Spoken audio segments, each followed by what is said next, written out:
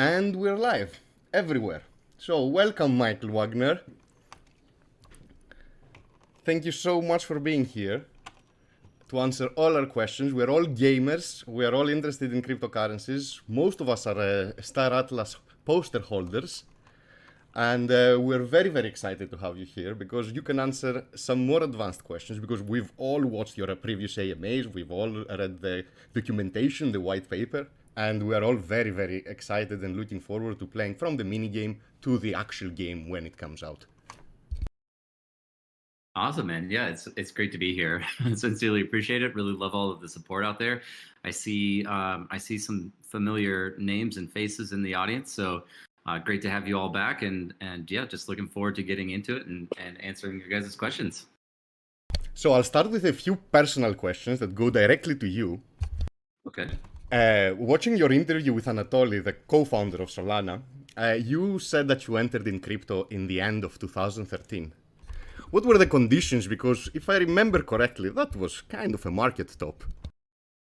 It definitely was. So yeah, I mean, it pretty much immediately preceded the collapse of Mt. Gox. I actually had a little bit of Bitcoin, not a ton, but a little bit of Bitcoin that I lost during the Mt. Gox collapse. I had invested a significant amount of capital for myself at the time into mining equipment. So this was just purchasing a lot of computer hardware and specifically purchasing, I think I had something like 30 to 35 GPUs running it at any given point in time, and I had custom fabricated all of these mining rigs to be able to mine script coins, and then some of the new algorithms were coming out, like I want to say Ketchak came out while I was mining back in 2013, 2014, and so it wasn't great from an investment standpoint. I wasn't really able to capitalize on the equipment that I had purchased, but the upside was that it really captivated my interest and demonstrated to me the potential of the technology and this industry, and I've been hooked ever since. And so, arguably, if despite that, the fact that I caught the tail end of a bull cycle, without that attracting my attention, StarAtlas might not be here today. Multi-chain Ventures, Tokes, might not be here today. So I think that these market cycles are really beneficial to attracting new users. Despite the fact that there's always these scams that are perpetuated during bull cycles because it's kind of easy to prey on people's natural greed and just desire to win, desire to make money. But it's because of these cycles where people see the massive gain potential and the massive returns that others are earning that they start to get more interested and start to actually do some research and investigation into what is possible in cryptocurrencies. So, the volatility hurts at times. It sucks to get in at the top of a previous cycle and have to ride it out or potentially exit at a loss. But those people that stick around are the ones that are rewarded. And so, I mean, that's an extended answer to your question, but ultimately, I think that these market cycles are really favorable for attracting new people. I happened to get in at what was not a favorable time in 2013, but I'm here today. I've ridden it out, and there's a lot of great things to come. Definitely, your love for computers. Like we listened about your Lanarchists crew. Do you keep in touch with them? I do. Yeah. I still hang out with quite a few of them. We don't LAN anymore, but but we do keep in touch. Beautiful. Of course, if you didn't have your passion for video games, your passion for cryptocurrencies, being a CFA level 1 certified financial analyst, right? All these combinations make you like. Oh, I'm sorry? No, sorry. Continue. Yeah, no, I've completed all three of the. There's 3 exams. You've done level 3. Wow, man, amazing. Yes, I'm an official charter holder. It doesn't carry much weight or significance in the crypto space, but for anyone who's familiar with institutional wealth management or investment and securities analysis, or ultimately what the CFA charter delivers is a tool set to analyze the intrinsic value of assets or intrinsic value of securities. So it does prove useful in my day-to-day work. In even in our efforts in determining valuation or pricing of the NFTs that we're going to be issuing, you can imagine the models that we're using and creating right now are largely going to be derived from the potential return value or cash flows driven through the NFTs that people actually own. So we're using some of these more conventional financial models to help drive the pricing and valuation of our NFT assets. Level 3, very impressive, and of course it's going to be useful even if it's not directly. I also started from a similar path. I tried the level 1, but I got hooked into crypto. It didn't make any sense for me since I was not continuing the investment bank path. It's funny, man. I mean, it almost feels like it was worthless to pursue at times, but the knowledge is there, the credibility is there. And the reality is, if I had gotten into crypto any sooner, or if I had started my CFA any later, I would not have completed it. But the fact of the matter is, I started pursuing the CFA before I discovered crypto. Fun story though. I guess funny story is that during one of my exams, this was in like 2014, and this is right at the time that Monero was launched. I'm trying to recall what it was originally. It started as something else, but Monero came out in 2014. We had actually engaged with a guy by the name of Wolf Zero. He's kind of notorious on Bitcoin Talk forums, but we had engaged with him to customize a miner for us. Because he was competent in working in assembly language. So he was able to create additional efficiency in the crypto miner for Monero.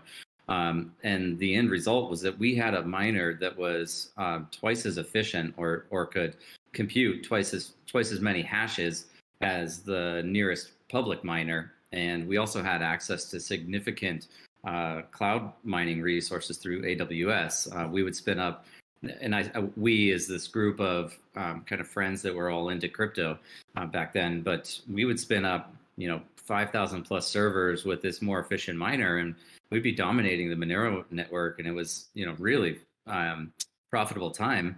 But I was so kind of engaged in what was going on in Monero that I slept in the day that I was supposed to go take my CFA exam. And for anyone out there that isn't aware, these exams are only available one day every year. And so if you miss the exam, you have to wait until the next year to make an attempt to retake it. And this is after like hundreds of hours of studying.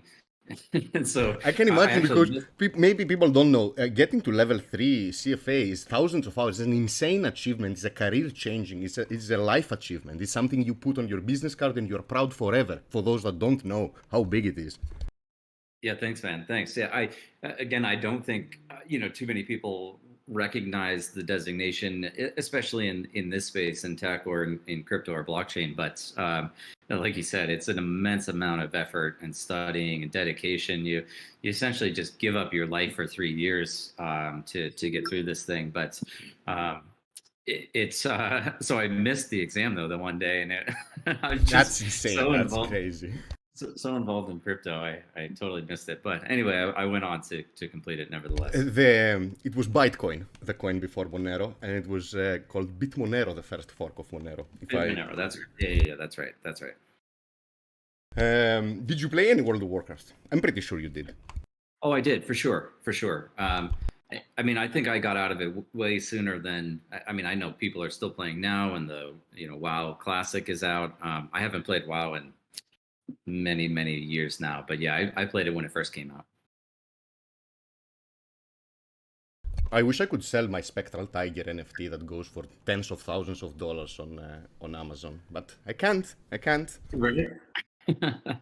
and thus is one of the foundational principles of launching StarAtlas is that we believe the player should be able to capture that value and should truly own the assets that they've earned over time through gameplay. So I don't need to shill the crowd here. I'm sure everybody is aligned with our thinking on that. But we are gamers, right? I mean, I've spent thousands and thousands of hours in MMOs over my lifetime, and for the most part, have, you get the entertainment value out of it, but there's no way to extract the asset value. So, yeah, we really do believe that we're going to be transforming the gaming landscape and creating a new paradigm for game development studios going into the future.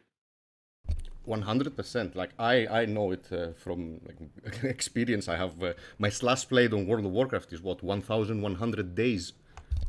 It's Wow. it's a number that I don't want to look very often. Wow, man. I have quit playing this game for the past like 4 or 5 years, but still I remember everything clearly. So yes, that's why I see the value in StarAtlas, and what StarAtlas is doing is going to be game changing. Being able to capitalize in all these work hours spent in a game is really, pun intended, game changing. Right. It's funny the way these MMOs have a way of pulling us back though with nostalgia. Like what I can there have been several MMOs. Asheron's Call in particular, which was one of the earliest that I played. It came out about the same time as EverQuest, and it wasn't as popular of a title as EverQuest, but we've honestly had friends that have spun up servers and we've started playing again. It didn't ever last that long, but just for these nostalgia purposes to like start playing something that you hadn't played in 10 years. And we've had some fun with it, but games like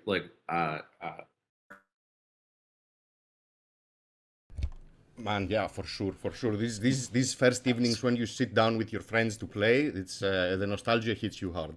You broke down there for a second. We can't hear you. Oh, can you hear me? Yeah, perfectly, perfect.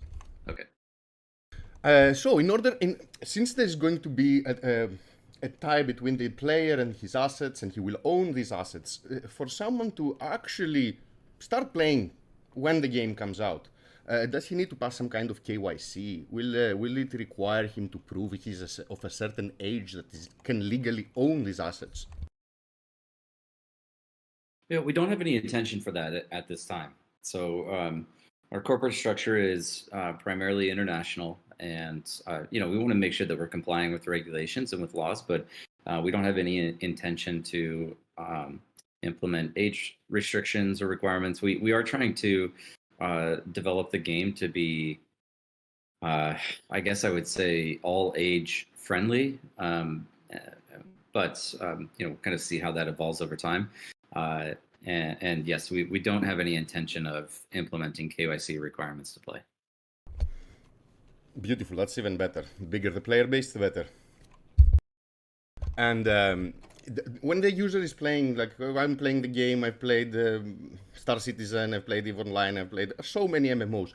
Am I going to interact with the Solana blockchain? Do I need to know that there is a Solana blockchain, that my assets are transferable? If I'm not interested at all, I just want to play the game, do I need to learn all these things? You don't need to know that it's the Solana blockchain. You'll need very little fundamental knowledge of how blockchain or cryptocurrency works. There will be some learning curve necessities for people that are going to be establishing their own crypto wallets. Now we have a couple of options that we can take for kind of non-self-custodied asset management for the users.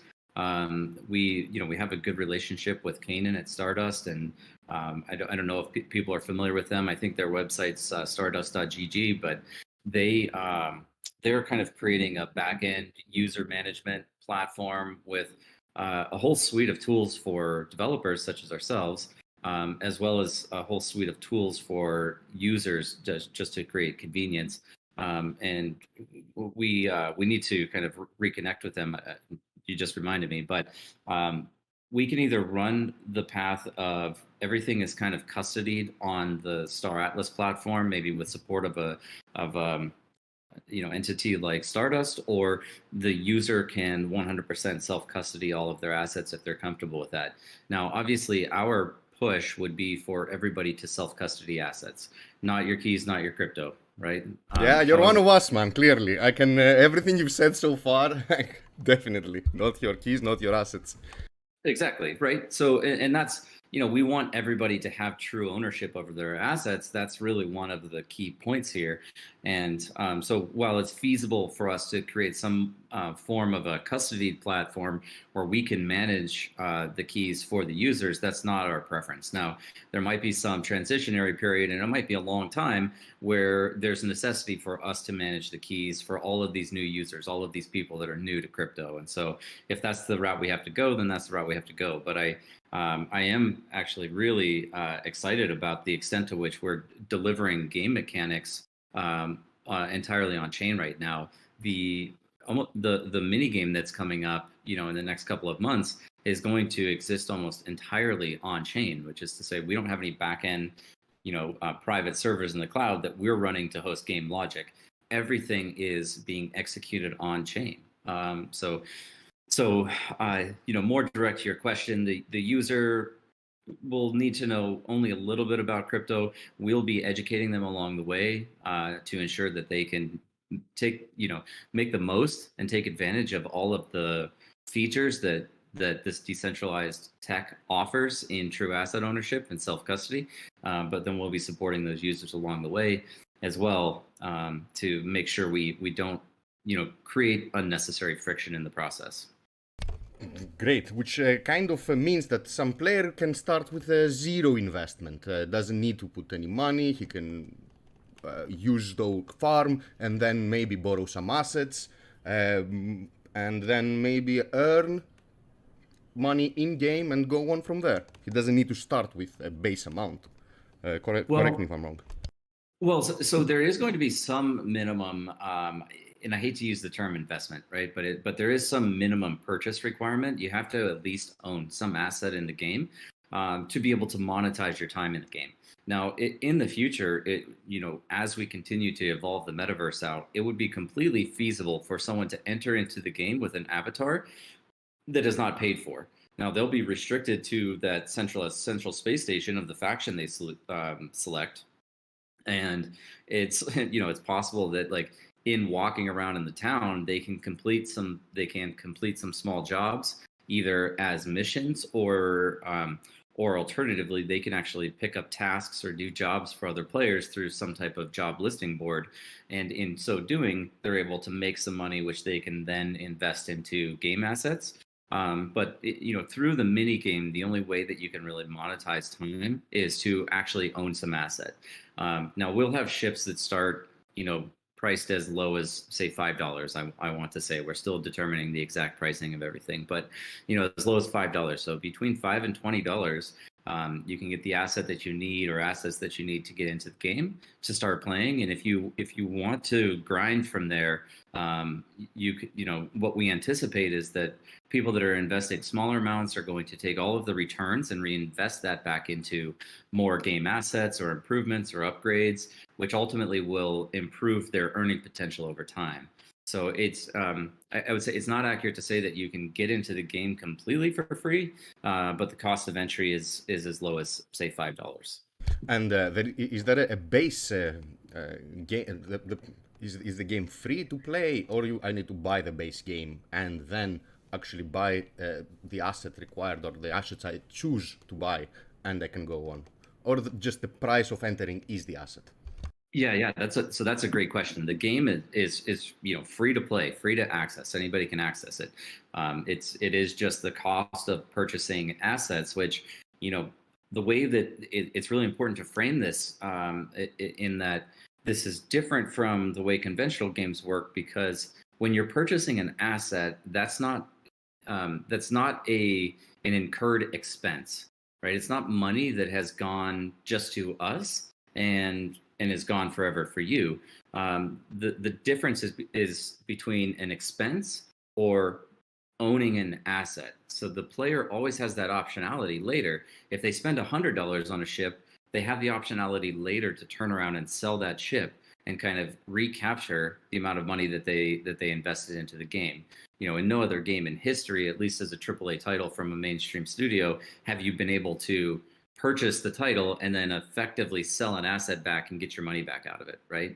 Never So heard of it. Yeah, it's yeah, completely new, completely new. And while the first part where you said that it's a free-to-play game and the player can get in, will stay in the central hub of the faction they choose, and then he will do small tasks. We've seen this in many different games as the free-to-play part of the game. So that's not new. So people are going to be very familiar with this kind of setup.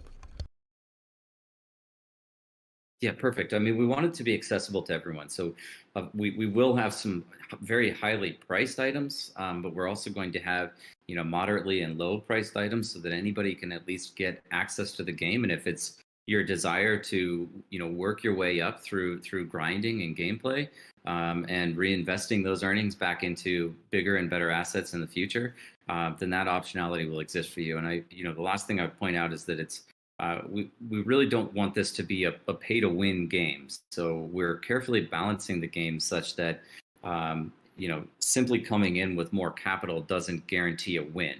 Right now, naturally, if you have a Titan class ship and you're fighting like a capital ship or a small class ship, then the Titan ship is going to win. That's the way it should function. But it's not going to be feasible for someone simply to come in and buy their way to the top and just dominate the entire game landscape. Great, man. Coming from a gamer means you understand exactly where the problems lie when you don't just spend money for cosmetics and you can just purchase little pockets of power. It can be dangerous for the economy of the game. It can be dangerous for the pay to win to turn into a pay to win for the player base, everything. So I really hope you get the balance correctly, and I wish you should take your time to get this correctly. It's the most important thing. So yeah, I mean, I love that you say that, and uh, we are focused on delivering the best product, right? So we've kind of delayed our launch by 2 weeks so far, which is really insignificant, but nevertheless, it's time that we want to utilize to ensure that we can create the best economy in the game and the best game balance.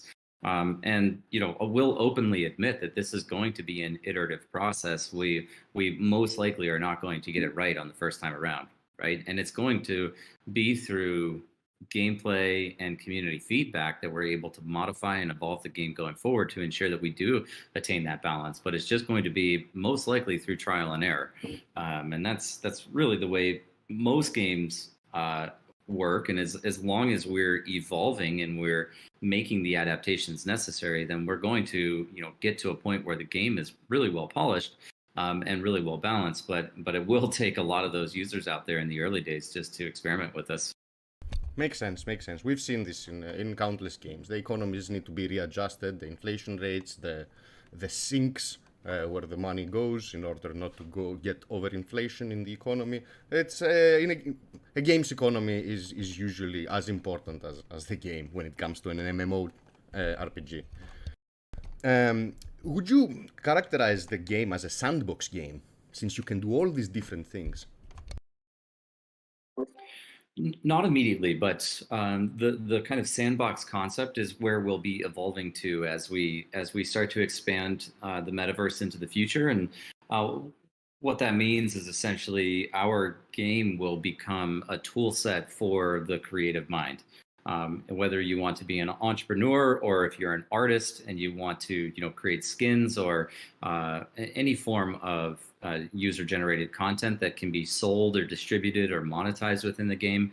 But ultimately, as we get into the future, and this might be 10 years down the line, I can't speak with confidence right now, but when we get to the point where we're essentially turning the StarAtlas metaverse over to the world for the community to manage through decentralization and through the implementation of Polis, our DAO token. When we get to that point, then anybody will be able to create content. Anybody will be able to come up with ideas or just be industrious and entrepreneurial within the game.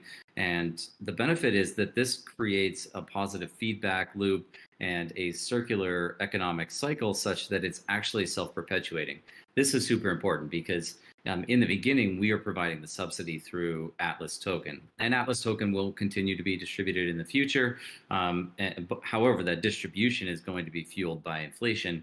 That's not sustainable. We all know that that's not sustainable. So it's pivotal that we provide people with the opportunity to create new value and add that value into the metaverse, and then find some unique method of extracting that value from other players. And it doesn't have to come through any of our gameplay mechanics, right? It doesn't have to come from ship missions or flying around exploring space or, attacking environmental characters, PvE. It doesn't have to come from the ore that's extracted from land. It doesn't have to come from the way that people interact with space stations. These economic policies can be driven by P2P, peer-to-peer value exchange, as opposed to the mechanics that we've introduced to the game. So it's going to be many years, but yes, in the future, the idea is that anybody can build within and around and expand the metaverse that is StarAtlas. Many years in this type of games is the normal thing. I mean, what we're waiting for Star Citizen 7 years, and we're still in alpha. Yeah. I totally get it. So it's perfectly fine with me. So Yeah, I mean, you're saying that sorry, go. Yeah, just a quick comment on that. We are actually confident in our ability to deliver on a more expedited timeline because of our engine selection. First of all, everything has been very fortuitous timing for us. But Unreal Engine, we just got the kind of early access, I think 3 weeks ago now, and we've already been playing around with it. And the feature set and technology that's available through Unreal Engine 5 is just incredible. So that's going to help us deliver the game environment, the 3D game environment, more rapidly than what Star Citizen did, which was develop out their own game engine and then build on top of it. And that set them back years as a starting point. So we don't have that obstacle. And the other thing that I think is going to be super powerful is just the collective contribution potential that we're proposing, which is to say that when we enable this player-created content aspect, other people will be able to create modules or experiences for the game and within the game that adds value to the game. And yes, like we're perfectly comfortable with them doing that. We're not protective of the StarAtlas brand. We want people to build these experiences around it. And it's perfectly reasonable for them to monetize the fact that they developed that experience. And so, through the power of people all over the world contributing to the game, we essentially have all of the labor ever necessary to create the final product. So I think that that's super powerful and should not be underestimated. Yeah, and by choosing Unreal Engine 5, it's such a new engine, which means you're gonna keep the game polished, and it will be able to compete with new titles for a much longer time. You'll never need to change, or never, maybe in 15, 20, 30 years, change the engine and start building again, like many games have gone through that idea. Yeah, 100%, man, 100%. Since it's a space game, though, is there any aspect of it that's procedurally generated? That's the idea, is that we really don't want any outer bounds of the universe.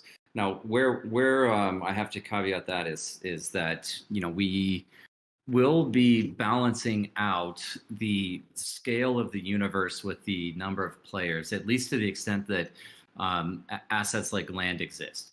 So while it's feasible for us to say there's no outer bounds, we do have to carefully control the asset issuance so that we don't encounter or experience hyperinflation within the game, right? So if you were to go to what would be the outer boundary of the universe and continue exploring outward, that would be possible, but you're not going to discover anything, right? So that's the part that we need to figure out. Because we want to execute is procedurally generated, and where anything you see you can travel to, but we have to restrict the asset issuance so that we maintain that scarcity of assets based on the player base. And what we'll do over time is use metrics such as total GDP of the economy, our best estimates of how many users are actually playing the game, daily and monthly active users, and kind of growth in asset purchases over time, which is far simpler to monitor because we have all of the underlying data. But we'll utilize that information to determine when do new assets get issued by us as an entity. And naturally this kind of the second component of that is how do we utilize the proceeds of those assets to continue building the game. But I feel like I'm rambling here, but the point is, the point exactly. is to balance the amount of assets that exist within the universe with the size of the universe based on how many people are actually engaged in playing the game. Yeah, it's great to have. Otherwise, everybody's going to be so far from each other that it will make no sense. I have a question from Albilbo, who's actually watching us, and he's asking if we can have several commanders within the same account, where the commanders are specialized in different areas of the game, but yeah, we can swap between our characters exactly like we do in other MMO. Yeah, absolutely. So the idea right now is that you won't be able to control a fleet of ships. You'll be able to control a single ship at a time, but you can possess a fleet of ships in your hangar, and you can choose which ship you want to fly and which crew members or which characters and which avatars you want to use to pilot those ships. So yes, that should be completely possible. So for us that we are really expecting the game and we're going to be one of the first people to actually join and start playing, will we find like an open territory where we can just go place our flags, have an easy way to capture land to rule, and then the second wave of players or the next coming players will have a much harder time to exercise control over these areas? Are we going to be fortunate if we actually be fast? Unlikely. Pretty much all of the land in the game, well, all of the land right now as it's scoped out is going to be available for sale. So it would be possible for you to discover areas on the map that might have favorable ore deposits, and so the return potential of that land is better. And that's the variability. That's kind of the randomness, and the benefit of being early is you're going to be able to discover these areas in space that are not captured yet. And if it looks like an attractive piece of land to you because you think that it will generate a greater return, then you can place a claim stake and you can claim that territory. But you still have to purchase the claim stake, which is kind of scalable to the size of the land and the materials that are beneath the land. So again, biggest benefit being that you can find the preferred or optimal pieces of land before other people, and you can claim the best land in the game at what will be the lowest cost, because we anticipate cost of all of this land going up over time. Nice, that's a good tip. So guys, we should look at the map when it comes out.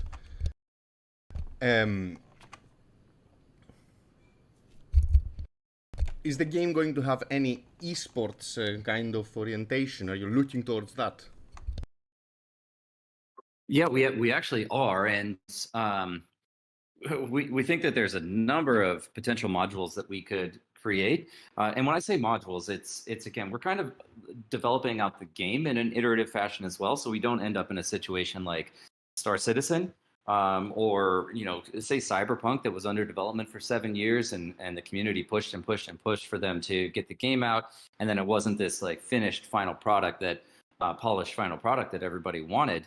What we're doing is we're just going to be launching small experiences, right? And over time, they will all be interconnected and will be this more robust, grand strategy space exploration game. But, a game of AAA quality typically would take, 5 to 7 years to develop out. We think we can do it a little bit faster. But beyond that, we're also just delivering gameplay experiences that we think will be entertaining. So this could be in the form of like a pod racing module where you can actually go and race on a planet and compete against other players. And what's really cool about something like that is it kind of provides this dynamic wherein third-party developers, again, benefit of building in decentralized ecosystems, third-party developers even implement a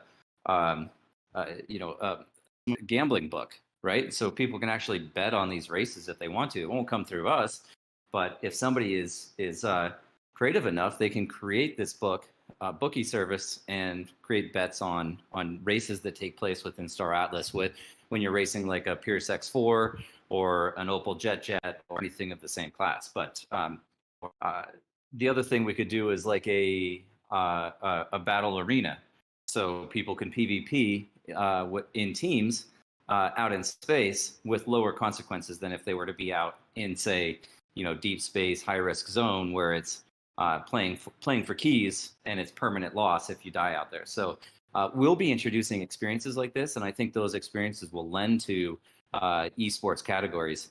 And then kind of the final point I'll make here is that we had a conversation with Cal Poly Technical, their game development club and their economic club, and I think their finance club.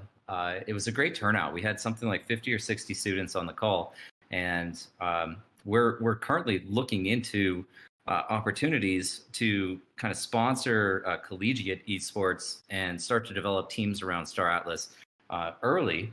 And as soon as we get the experiences available that we think would be entertaining to watch, then we'll be putting more effort into those collegiate teams, because it's kind of perfect demographic for us. The minds are still open in youth, and we'd love to get them exposed to these new gameplay mechanics and financial mechanics that just don't exist currently.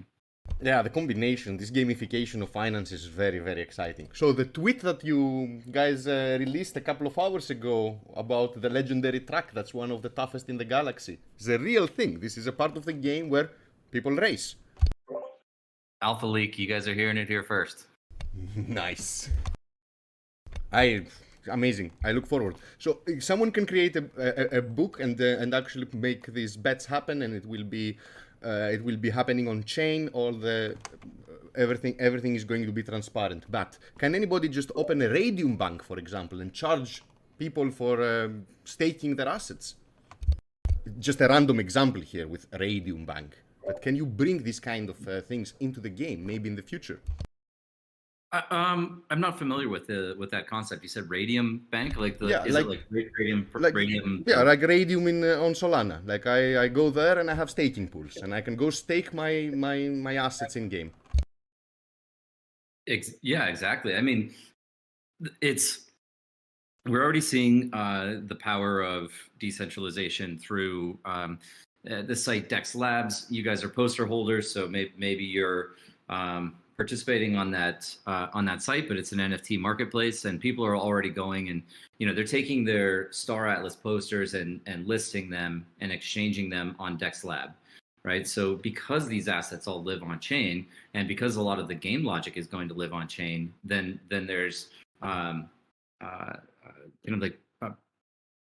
provable fairness that can be introduced to various betting mechanics, and there's no place for us to place restrictions around what people do with those assets, nor do we want to. It's behavior that we want to encourage. And so yes, in theory, any activity related to StarAtlas that can be demonstrated as provably fair could create some new opportunity for some external developer to create a business model around. Guys, this is the real metaverse. For the people that don't understand, the metaverse is exactly what Michael is describing. It's a world where you can live in, you can earn, you can be happy, you can make friends, you can hang out, you can go to concerts, and this is StarAtlas looks like it's ticking all those boxes. I love that you say that, and I think that I think that without blockchain as kind of the fundamental layer building block upon which we are building, without blockchain in place, I don't think you can create a true open to the world metaverse, right? So I think we need the fungibility of money that exists through cryptocurrencies, the ability for these assets to transcend game environments and even metaverse environments. It could be multi-metaverse model. We don't know what's going to happen in the future, but without that kind of like decentralized underlying layer, I just don't think you could get a true economy, true decentralization, true free ownership of assets, and in a truly free metaverse model. No single entity should control the metaverse. that's kind of where you see like the dystopian future, Ready Player One with Oasis. That's not the model that we want to go for. What the model we're going for is kind of creating this as an idea, as a concept, bringing it to the world to the best of our ability, and then it becomes ownership of the global population. And at that point, anybody can contribute and direct kind of the future of what StarAtlas becomes. But, again, I'm thinking extremely long term here, 15, 20 years down the line. But the StarAtlas metaverse should live on into perpetuity if we do it right through like adaptation and evolutionary process. Yeah, it should, of course. And since you're going to actually give the opportunity to the players to vote you out or bring someone else inside the game to develop, that's definitely can prolong the game for forever. Yeah. Can you imagine, you owning some of the original land from StarAtlas and actually passing it down to your kids like a virtual asset, that you're passing down through generations, where who knows, if in 60 or 70 years, a grandchild gets to inherit a piece of land that was in StarAtlas that started at $10, and who knows, maybe that piece of land is worth millions of dollars at some point in the future. And I'm not trying to hype the potential here, because keep in mind I'm saying like 70 years down the line, but like the potential for that to exist is there, and I think that that's really incredible. I mean, it is a wild thought, but not so wild when you've seen what's called Second Life and the Linden Dollars and all these weird games tied to corporations that actually made people millions. It did, for sure. Entropia is a great example, by the way. Entropia has a kind of a similar economic model to us, with the exception of they manage the kind of inflow and outflow of capital in a more centralized fashion. They kind of act as the central bank, and they have a peg on their currency that they maintain that allows people to get USD or whatever their national domestic currency is, but get your fiat into the game at a fixed exchange rate and back out at a fixed exchange rate. We're not managing it in that fashion at all. We're letting kind of the decentralized economics work for itself. But yeah, I don't know. I love the idea of passing down virtual assets through inheritance over time. I think it's really cool. And which you expect to have some kind of social impact. This game is going to change a little bit the way the social interactions are perceived as normal. Unquestionably. I mean, because the game is also going to be quite realistic. I don't know if I'll say hyper realistic, but because of the graphical fidelity capabilities and the graphical kind of efficiencies that are created in processing through technology like Nanite with UE5, you're going to get this cinematic quality gameplay with us. And so,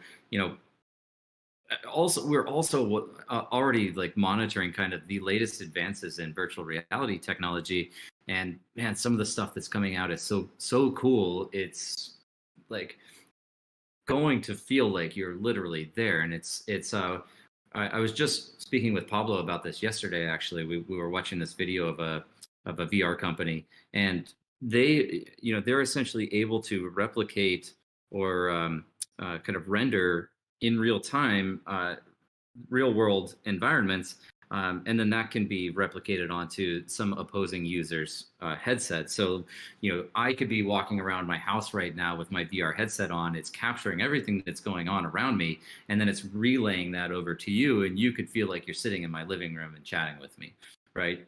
Yeah, that's insane. That's like this is from space, like something that. Soon it's going to be everyday life, but for me at the moment, despite having a supercomputer and played every game that is out there, yeah, to me that sounds advanced. The future is going to be so wild. So, I mean, the point is that we talk a lot about, kind of entering into the metaverse, which feels like you're leaving reality. It feels like you're leaving meat space, but we're actually thinking that in the future it might be the opposite. It's that the metaverse simply becomes a virtual overlay to our real world environment, right? And so it's less of escapism, it's less of us leaving Earth and going into StarAtlas metaverse, it's going to be more of StarAtlas just sits on top of our everyday life, and we can enter into that space when we want to through virtual reality experiences. But it's, I mean, this stuff is all super, super future thinking as well, and just really amazing to consider. But yeah, I it's mean, the it's a future. wild idea. What you came up with is it's just insane. Who came up with the idea? Who conceptualized that? Can you take me back to that day? Like, hey, let's make a game that it's going to take over our lives. You'll be able to live there, and it's going to be on the blockchain. When did you come up with that? Yeah, I mean, I kind of hate to take credit for anything. So the team that is co-founding team on StarAtlas, two of the other members, Danny Floyd and Jacob Floyd, who are brothers and are chief product officer and chief technology officer respectively, had been working with me for 3 years at Multi-Chain Ventures, which I co-founded and was CEO and still am. Um, I kind of was just monitoring what was going on and tracking a lot of what was going on in DeFi and then NFTs and seeing some of the progress in NFT or blockchain based gaming. And so, I kind of came to the table with those guys and just started riffing some ideas on, how we would integrate or implement blockchain mechanics and financial incentives into a higher quality game. So I kind of came to the table with the economic input. Danny was really pivotal in creating the space theme concept itself. He's gone through, and a lot of the white paper is his work. The gameplay pillars, the gameplay mechanics, the general theme was his.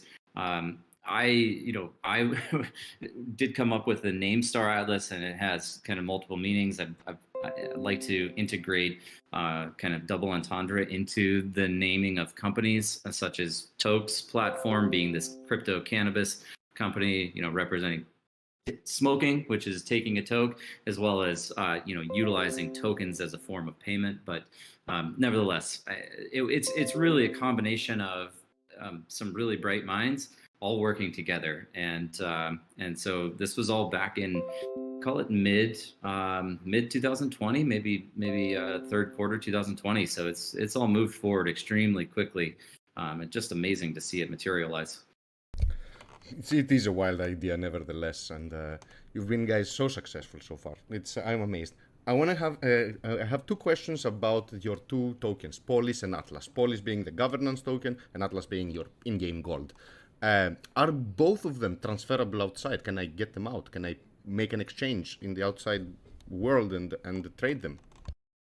Absolutely. They're both crypto native assets. They'll be SPL tokens on the Solana blockchain. So not only are they exchangeable on any of the DeFi technology and protocols that exist on Solana, but in the very near future, through protocols like Wormhole, you'll be able to bridge these assets over to Ethereum. You'll be able to bridge to Terra. You'll be able to bridge to virtually any one of these other networks if you want to operate on those networks. Now, our game is only going to be supporting logic on Solana, but the assets can transcend and be bridged over to other layer one protocols as well. Is the same true for the NFTs? Can I pass my SPL NFT through the wormhole and sell it on OpenSeas? Don't do it right now, because that's I think we still have a few people that have encountered an issue with that asset getting stuck. If you are in that category, and I'm speaking to anyone out there in the audience, if you're in the category where you tried to use Wormhole to send your NFT and it's currently stuck, fear not. We will be helping you resolve that issue before we do any snapshot distribution, any bonuses, any of the any of the rewards through loot boxes that we're going to be distributing. We'll make sure that your problems are resolved before we do that. But I would not use Wormhole just yet. It's still kind of in early alpha, but and it's not a protocol that we're really focused on developing out. We're allowing that decentralized community to build that, and the team at Solana is focused on it quite a bit. So we'll make sure we let you know when that capability does exist. And yes, the idea is you'd be able to bridge back and forth between Ethereum in Solana, you could go, take advantage of arbitrage opportunities on OpenSea. But I think for the time being, I would advise against using Wormhole with any of the NFT assets. I see. That's a good tip because I know a couple of people were thinking of that. Just because they saw a couple of discovery of Iris living in OpenSeas. I know you guys had some official posters drop there. But these did not pass through the wormhole. They were created for the Ethereum. That's right. Yeah, we issued assets on OpenSea for the first maybe five posters, I think 5 or 6 posters. But the majority of our sales, we're constantly looking at quantifiable metrics, and 99% of all of our sales took place through our own marketplace. Even those early poster sales, we wanted to enable access to as many people as possible, which is why we listed them on OpenSea in the first place. But having reviewed where the sales took place, we saw no reason to continue supporting a launch on Ethereum, because most of our users were comfortable with navigating the Solana ecosystem, which again is really impressive for the community, given how new Solana was to everybody, especially when we just launched. Not many people had assets on Solana or were familiar with how it worked, and so we're happy that guys like Santi in our community, I think Sohail I see out there in the audience, and a number of other great community managers that we have were out there shepherding and guiding people through the process to ensure that they could figure out how to get access to these posters. Yeah, your community is amazing, and they helped us so much set up this AMA and helped us with the questions. Everybody, I need to give a shout out to Prometheus for giving us 2 or 3 questions that were really amazing. I could not ignore them.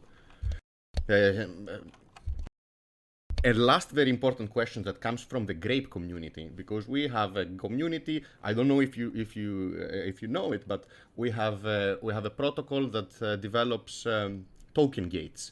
And our most popular gate in our server has the fewest people, though. It is the StarAtlas gate. It is the Altesian Cantina. And we have 63 people in there that are, all 63 are key members of our community. They are the highest quality members we have in our community, are the StarAtlas poster holders. It's really amazing. And the AMA idea came from that channel, to be honest.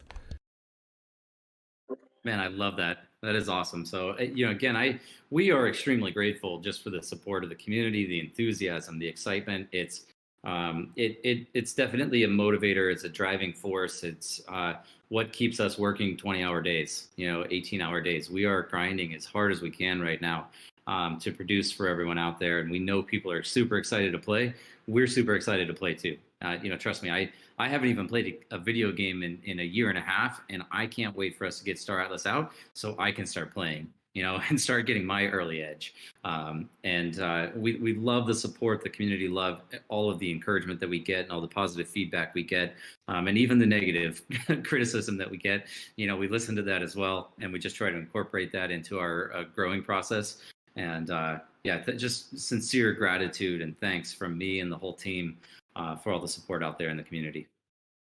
Thank you so much. Thank you so much for being here. Thank you so much for really taking the time, and congratulations for all the amazing things you've been pushing out. And you came into Solana early. You've been doing this for quite some time. We just participated in the latest hackathon, so we're a newer kind. But you've laid the foundation for this. So congratulations, and we are so looking forward on playing the game. You're gonna hear from us again. You're gonna see the Grape clan in game. Hopefully we're gonna continue making noise and being the best. I love it, man. Thank you so much. Really great to be here, and look forward to connecting with you again in the near future. And thank you to all the viewers. We are over 200 people listening to us live through the various platforms, only 108 on Discord, and I know a couple of people are streaming it to their friends. So I'm so thankful for the engagement, guys. You make all of this happen. So super thank you. And be on the StarAtlas server, follow them on Twitter. you shouldn't miss any of the news. You shouldn't miss any of the new mini game that is launching. It's not going to be some from what I understand, it's going to be a 3D game. It's going to demonstrate what you're building, kind of. It's not a small task. Yeah, and maybe just as a final comment on that, the first thing we're rolling out will be a ship mission module with ship configuration. So you're going to be able to customize your loadout with different modules, with different crew members, different components. That will determine your specialization. Whether you want to be more attack oriented or defense oriented, or it'll also cater to various professions such as data runner or cargo hauler or just attack vessel. But that's kind of the first part. The next two modules that will be coming out after that, kind of on a monthly basis, is the projected roadmap. But again, don't hold me to that. Is the land ownership and mining functions, mining gameplay loop, where you'll be building out your mining facility. You can upgrade that over time. You can take over surrounding land area, continue to scale your assets, generate more material, which is a greater return for you, and also being able to extract rarer minerals from the planet or the land that you occupy, and then also a space station configuration gameplay loop where you're able to expand out various decks. And those decks all have new feature capabilities for you as a player. So you say like adding a refinery to your space station allows you to more rapidly refine the ore that you extract from the planet. And these space stations also have functions that allow you to monetize other players' activity within your space station. So if you set up a hangar bay on your space station, other players can come park there. They'll pay you a fee to park there. Maybe you have a refueling deck and they use your refueling deck to refuel their ship. You get a percentage of all of the proceeds from that. So, the idea is to really drive value to the players. But those are the next things that are coming out: ship missions, land development, and space station configuration. That's kind of the extent of the mini game, but concurrently we're already undertaking full production efforts on the Unreal Engine version of the game, and again that's kind of mid to Q3 next year. We're hoping to have something out for you all. Michael, thank you so much. Thank you so much. We are all looking forward, and I hope we're gonna talk again in the near future. We'll be joining your community, and again, thank you for dedicating the time. Thank you. This was fantastic. I love the questions. I really love the dialogue with you. So I'll absolutely come back and join you again, and really appreciate the opportunity to be here with you. Definitely. Thank you. And we'll definitely talk again. Best of luck and congratulations again. Goodbye. Bye, everyone.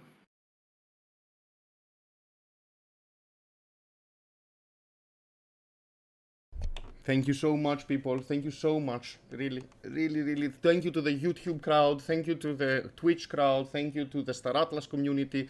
Thank you to Prometheus. Dude, thank you. We Yes. broke records. This AMA was trending.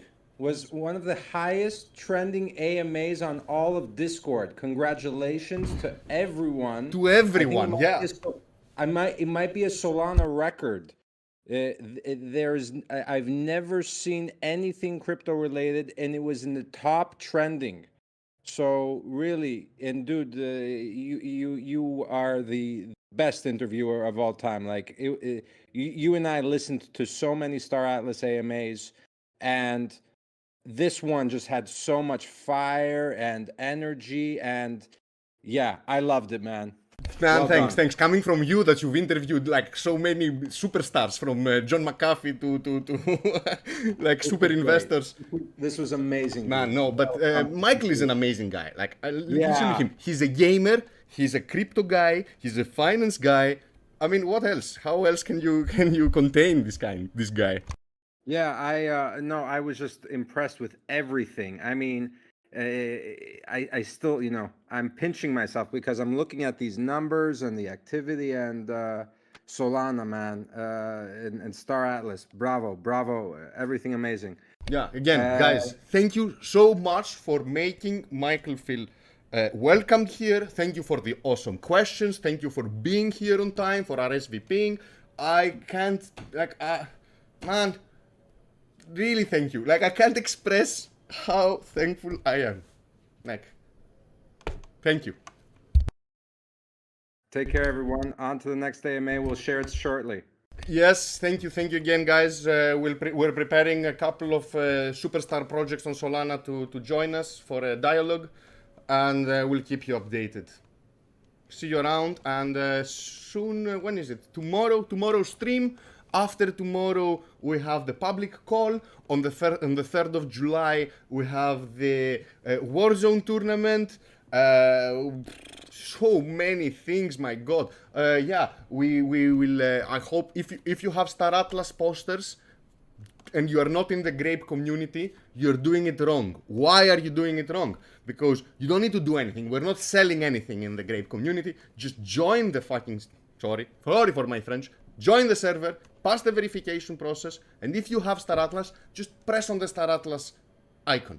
It will read your Solana wallet, and if you're actually holding any of the posters, you'll be granted access to a special, very, very special channel that only holders can have access. And this is not me declaring I'm a holder.